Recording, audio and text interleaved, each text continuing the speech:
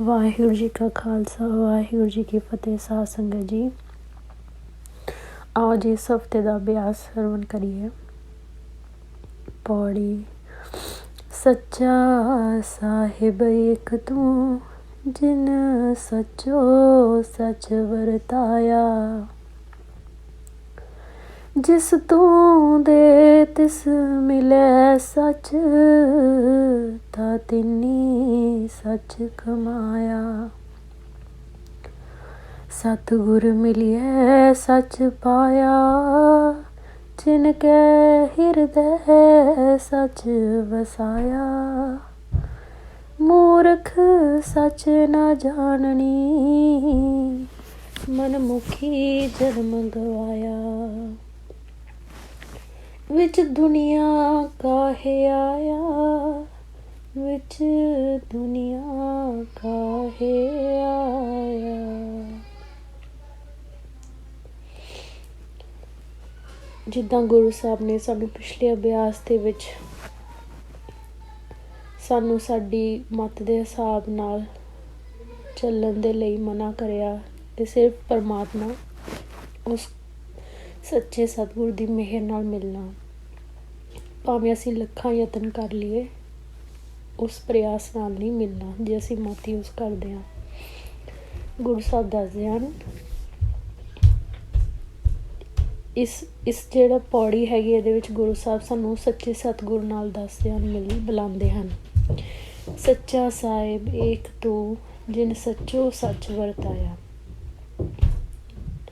ਕਿ ਉਹ ਪਰਮਾਤਮਾ, ਉਹ ਸੱਚਾ ਸਾਹਿਬ ਸਿਰਫ ਇੱਕ ਹੀ ਆ, ਜਿਨ ਸੱਚੋ ਸੱਚ ਵਰਤਾਇਆ। ਸੱਚੋ ਸੱਚ ਵੀ ਉਹ ਜਿਹੜਾ ਪੂਰਨ ਤੌਰ 'ਤੇ ਸੱਚ ਆ, ਅਡੋਲ ਹੈ, ਖੜਾਓ ਵਾਲਾ ਸੱਚ ਆ।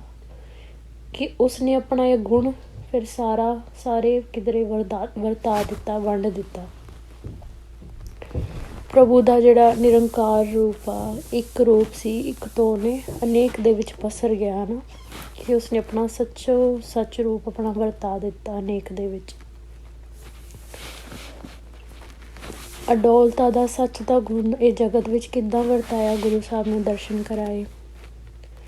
ਕਿ ਉਹ ਸੱਚ ਰੂਪ ਕਿੱਦਾਂ ਇੱਕ ਬੱਚੇ ਨੂੰ ਜਨਮ ਦੇ ਕੇ ਇੱਕ ਮਾਂ ਦਾ ਰਿਸ਼ਤਾ ਬਣਾ ਲੈਂਦਾ, ਉਹਦੀ ਪਾਲਣਾ ਵਾਸਤੇ ਪਿਤਾ ਦਾ ਰਿਸ਼ਤਾ ਬਣਾਉਂਦਾ। ਇੱਕ ਭੈਣ ਭਰਾ ਦੇ ਰੂਪ ਦੇ ਵਿੱਚ ਉਸ ਨਾਲ ਆ ਕੇ ਖੇਲਦਾ। ਫਿਰ ਇੱਕ ਕਿੱਦਾਂ ਇਹ ਬਨਸਪਤੀ ਦੇ ਵਿੱਚ ਉਸਦੇ ਖਾਣ ਦਾ ਟੇਕ ਕੇਅਰ ਕਰਕੇ ਉਸ ਲਈ ਉੱਗਦਾ ਹੈਗਾ, ਫਿਰ ਆ ਕੇ ਉਸਦੇ ਘਰ ਦੇ ਵਿੱਚ ਉਸਦੇ ਖਾਣ ਦਾ ਸਾਧਨ ਬਣਦਾ। ਕਿਵੇਂ ਉਹ ਹਵਾ, ਅੱਗ, ਪਾਣੀ ਦੇ ਰੂਪ ਦੇ ਵਿੱਚ ਉਸਦੀ ਪ੍ਰਤਪਾਲਨਾ ਕਰ ਰਿਹਾ, ਅਤੇ ਫਿਰ ਉਹ ਸੂਰਜ ਦੇ ਰੂਪ ਦੇ ਵਿੱਚ ਕਿੱਦਾਂ ਉਹਨੂੰ ਠੰਡੀ ਰੁੱਤਾਂ ਦੇ ਵਿੱਚ ਇੱਕ ਨਿੱਘ ਦਿੰਦਾ, ਐਨਰਜੀ ਦਿੰਦਾ। ਚੰਦ ਦੇ ਰੂਪ ਵਿੱਚ ਕਿੱਦਾਂ ਉਹ ਹਨੇਰੇ ਦੇ ਵਿੱਚ ਚਾਨਣ ਬਣਦਾ। ਇਹ ਸਭ ਉਸ ਸੱਚ ਦੇ ਰੂਪ ਹਨ, ਜੋ ਕਿੰਨੇ ਯੁੱਗਾਂ ਤੋਂ ਚੱਲਦੇ ਆ ਰਹੇ ਹਨ। ਕਿੰਨੇ ਹੀ ਸਾਡੇ ਰਿਸੋਰਸਿਸ ਨੇ, ਪਾਤਾਲ ਦੇ ਵਿੱਚ ਰਿਸੋਰਸਿਸ ਨੇ, ਸਮੁੰਦਰ ਦੇ ਵਿੱਚ ਰਿਸੋਰਸਿਸ ਨੇ, ਕਿ ਜਿਹੜੇ ਇੰਨੇ ਯੁੱਗਾਂ ਤੋਂ ਚੱਲਦੇ ਹੀ ਆ ਰਹੇ ਹਨ ਅਤੇ ਖ਼ਤਮ ਹੀ ਨਹੀਂ ਹੋ ਰਹੇ। ਕੋਈ ਅੰਤ ਨਹੀਂ ਆ ਉਹਨਾਂ ਚੀਜ਼ਾਂ ਦਾ। ਅਤੇ ਇੰਨਾ ਸਭ ਕੁਛ ਸਿਰਫ ਉਹ ਸੱਚ ਦਾ ਹੀ ਰੂਪ ਹੋ ਸਕਦਾ ਹੈ ਨਾ, ਵੀ ਜਿਹੜਾ ਨਾ ਅਡੋਲ ਹੋਵੇ, ਪੂਰਨ ਤੌਰ 'ਤੇ ਸੱਚ ਹੈ, ਜੋ ਕਿਸੇ ਦੇ ਮੁਕਾਇਆ ਨਹੀਂ ਮੁੱਕ ਰਿਹਾ। ਇਸ ਤਰੀਕੇ ਨਾਲ ਉਹਨੇ ਇਹ ਸੱਚ ਨੂੰ ਵਰਤਾਇਆ ਅਤੇ ਗੁਰੂ ਸਾਹਿਬ ਨੇ ਦਰਸ਼ਨ ਕਰਾਏ। ਜਿਸ ਤੂੰ ਦੇ ਤਿਸ ਮਿਲੈ ਸੱਚ, ਤਾਂ ਤਿਨੀ ਸੱਚ ਕਮਾਇਆ। ਗੁਰੂ ਸਾਹਿਬ ਕਹਿੰਦੇ ਜਿਹੜਾ ਸੱਚ ਆ, ਵੀ ਇਹ ਕਿਸੇ ਦੇ ਚਾਹੁਣ 'ਤੇ ਨਹੀਂ ਉਸਨੂੰ ਮਿਲ ਸਕਦਾ, ਕਿ ਆਪਣੀ ਮਰਜ਼ੀ ਨਾਲ ਇਹ ਸੱਚ ਜਿਹੜਾ ਪ੍ਰਭੂ ਦਾ ਰੂਪ ਹੈ ਉਸਨੂੰ ਮਿਲ ਜਾਵੇ, ਹੈ ਨਾ। ਅਸਲ ਦੇ ਵਿੱਚ ਜਿਹਨੂੰ ਮਿਲ ਜਾਏ ਅਤੇ ਉਹ ਦਰਸ਼ਨ ਕਰ ਲਏ। ਕਿ ਇਹ ਤਾਂ ਗੁਰੂ ਸਾਹਿਬ ਦਾ ਜਦੋਂ ਮਿਹਰ ਹੋਊਗੀ ਉਸ ਪਰਮਾਤਮਾ ਦੀ, ਗੁਰੂ ਪ੍ਰਸਾਦ ਨਾਲ ਹੀ ਇਹ ਸੱਚ ਉਹਨੂੰ ਮਿਲ ਸਕਦਾ, ਅਤੇ ਤਾਂ ਹੀ ਉਹ ਸੱਚ ਨੂੰ ਕਮਾ ਸਕਦਾ। ਉਹ ਜਿਹੜਾ ਪੂਰਨ ਖੜਾਓ ਦਾ ਗੁਣ ਆ, ਅਡੋਲਤਾ ਦਾ ਗੁਣ ਆ, ਵੀ ਗੁਰੂ ਸਾਹਿਬ ਕਿਸੇ ਅੰਦਰ ਤਾਂ ਹੀ ਜੇ ਬਖਸ਼ਿਸ਼ ਕਰਨ, ਉਹ ਤਾਂ ਹੀ ਉਹ ਗੁਣ ਗੁਰੂ ਸਾਹਿਬ ਦਾ ਉਸ ਉਹ ਕਮਾ ਸਕਦਾ, ਉਹਦੇ ਅੰਦਰ ਪੈਦਾ ਹੋ ਸਕਦਾ।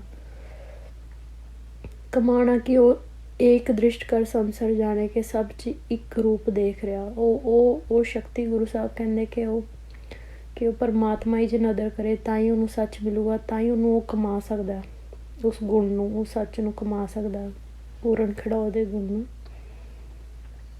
ਅਤੇ ਉਸ ਅਨੁਸਾਰ ਉਹ ਆਪਣਾ ਜੀਵਨ ਉਸ ਤਰੀਕੇ ਦਾ ਬਣਾ ਲੈਂਦੇ ਹਨ ਵੀ ਉਹ ਇਹ ਜਿਹੇ ਗੁਰਸਿੱਖ ਕੋਈ ਵਿਰਲੇ ਹੀ ਹਨ ਜਿਨ੍ਹਾਂ 'ਤੇ ਗੁਰੂ ਸਾਹਿਬ ਜੀ ਮਿਹਰ ਕਰਦੇ ਹਨ। ਪਰ ਇਹ ਸੱਚ ਗੁਰੂ ਸਾਹਿਬ ਅੱਗੇ ਸਮਝਾਉਂਦੇ ਕਿ ਮਿਲਦਾ ਕਿੱਧਰੋਂ ਆ, ਹੈ ਨਾ। ਕਿ ਗੁਰੂ ਸਾਹਿਬ ਨੇ ਇਹ ਤਾਂ ਦੱਸਤਾ ਕਿ ਤੁਹਾਡੇ ਜ਼ੋਰ ਨਾਲ ਨਹੀਂ ਮਿਲਣਾ ਹੈ, ਕਿ ਉਹ ਪਰਮਾਤਮਾ ਨਦਰ ਕਰੇ ਤਾਂ ਹੀ ਮਿਲਣਾ, ਪਰ ਇਹ ਮਿਲਣਾ ਕਿਸ ਤੋਂ ਆ। ਤਾਂ ਗੁਰੂ ਸਾਹਿਬ ਨੇ ਸਾਨੂੰ ਦੱਸਿਆ ਕਿ ਸਤਿਗੁਰ ਮਿਲਿਆ ਸੱਚ ਪਾਇਆ, ਜਿਨ ਕਹਿ ਹਿਰਦੈ ਸੱਚ ਵਸਾਇਆ। ਵੀ ਉਹ ਸੱਚਾ ਸਤਿਗੁਰ, ਵੀ ਉਹਨਾਂ ਦੇ ਮਿਲਣ 'ਤੇ ਹੀ ਉਹ ਸੱਚ ਤੁਹਾਨੂੰ ਅਸਲ ਦੇ ਵਿੱਚ ਮਿਲ ਸਕਦਾ ਹੈ। ਸੱਚੇ ਸਤਿਗੁਰ ਜੀ ਸਾਡੇ ਧੰਨ ਧੰਨ ਸ਼੍ਰੀ ਗੁਰੂ ਗ੍ਰੰਥ ਸਾਹਿਬ ਜੀ, ਵੀ ਉਹ ਪੂਰਨ ਤੌਰ 'ਤੇ ਇੱਕ ਅਡੋਲ ਖਿੜਾਓ ਦੇ ਰੂਪ ਪਰਮਾਤਮਾ ਦੇ ਜੋਤ ਸਰੂਪ ਹਨ। ਵੀ ਉਹਨਾਂ ਦੇ ਮਿਲਣ 'ਤੇ, ਉਹਨਾਂ ਦੇ ਨਾਲ ਅਸਲ ਦੇ ਵਿੱਚ ਉਹਨਾਂ ਦੇ ਦਰਸ਼ਨ ਕਰਨ ਦੇ, ਅਸਲ ਦੇ ਵਿੱਚ ਇਹ ਦਰਸ਼ਨ ਨਹੀਂ ਕਿ ਆਪਾਂ ਗੁਰੂ ਗ੍ਰੰਥ ਸਾਹਿਬ ਜੀ ਨੂੰ ਰੋਜ਼ ਮੱਥਾ ਟੇਕਦੇ ਹਾਂ, ਪਰ ਸਾਡੀ ਤਾਂ ਮੱਤ 'ਤੇ ਹਜੇ ਵੀ ਬਹੁਤ ਭਰਮ ਹਨ। ਅਸੀਂ ਅਸਲ ਦੇ ਵਿੱਚ ਗੁਰੂ ਸਾਹਿਬ ਨੂੰ ਕਦੇ ਮਿਲੇ ਹੀ ਨਹੀਂ। ਜਦੋਂ ਗੁਰੂ ਸਾਹਿਬ ਜੀ ਸਾਨੂੰ ਅਸਲ ਦੇ ਵਿੱਚ ਮਿਲ ਜਾਂਦੇ ਹਨ, ਸਾਡੇ 'ਤੇ ਤਰੁੱਠ ਜਾਂਦੇ ਹਨ, ਸਾਨੂੰ ਸੱਚ ਮਿਲ ਜਾਂਦਾ। ਵੀ ਜਿਨ੍ਹਾਂ ਨੂੰ ਉਹ ਸੱਚ ਮਿਲਦਾ ਫਿਰ ਉਹਨਾਂ ਦੇ ਹਿਰਦੇ ਦੇ ਵਿੱਚ ਵੀ ਸੱਚ ਵਸਾ ਜਾਂਦਾ, ਉਹਨਾਂ ਦੇ ਹਿਰਦੇ ਦੇ ਵਿੱਚ ਵੀ ਉਹ ਪੂਰਨ ਅਡੋਲਤਾ ਖਿੜਾਓ ਪੈਦਾ ਹੋ ਜਾਂਦਾ। ਸਾਰੀ ਸ੍ਰਿਸ਼ਟੀ ਦੇ ਵਿੱਚ ਉਹ ਜੋਤ ਸਰੂਪ ਨੂੰ ਦੇਖ ਲੈਂਦਾ ਹੈ। ਜਦੋਂ ਉਹਦੇ ਹਿਰਦੇ ਵਿੱਚ ਗੁਰੂ ਸਾਹਿਬ ਜੀ ਆਪ ਆ ਕੇ ਬੈਠ ਜਾਣ ਤਾਂ ਉਹ ਸਭ 'ਚ ਉਹ ਪਰਮਾਤਮਾ ਦੀ ਜੋਤ ਦੇਖਦਾ, ਅਤੇ ਉਹ ਦੇਖ ਕੇ ਖੁਸ਼ ਹੁੰਦਾ, ਅੰਦਰੋਂ ਖਿੜਾਓ ਆ ਜਾਂਦਾ, ਕਿਉਂਕਿ ਪਰਮਾਤਮਾ ਸੱਚ ਮਿਲ ਜਾਂਦਾ ਹੈਗਾ। ਮੂਰਖ ਸੱਚ ਨਾ ਜਾਣਨੀ, ਮਨਮੁਖੀ ਜਨਮ ਗਵਾਇਆ।